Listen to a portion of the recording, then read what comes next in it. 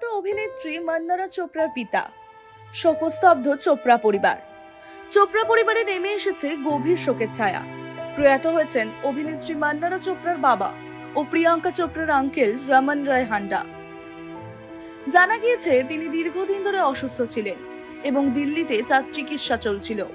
পেশায় ছিলেন তিনি একজন অভিজ্ঞ আইনজীবী এবং দিল্লিতে তার আইনি চর্চা চলত।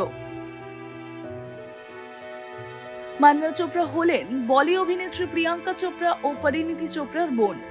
তিনি প্রিয়াঙ্কার পিসি কামিনী চোপড়া হান্ডার মেয়ে। ব্যক্তিগত জীবনে তিনি পরিবার ঘনিষ্ঠ একজন মানুষ হিসেবে পরিচিত ছিলেন। এই মর্মান্তিক খবরে শোকস্তব্ধ নেটিজেনরাও। সকলেই সোশ্যাল মিডিয়ায় শোক প্রকাশ করেছেন। মান্নারা নিজেও তার বাবার মৃত্যুর খবরে ভেঙে পড়েছেন বলে জানা যাচ্ছে। 2014 সালে জিত সিনেমার মাধ্যমে মান্নারা বলিউডে আত্মপ্রকাশ করেন। এরপর তিনি বেশ কয়েকটি দক্ষিণী ভাষার ছবিতে অভিনয় করেন এবং বিগ বস 17-এ তার উপস্থিতিও নজর কেড়েছিল দর্শকদের। বলিউডের আরো আপডেট পেতে চোখ রাখুন টাইমস নাও খবরে।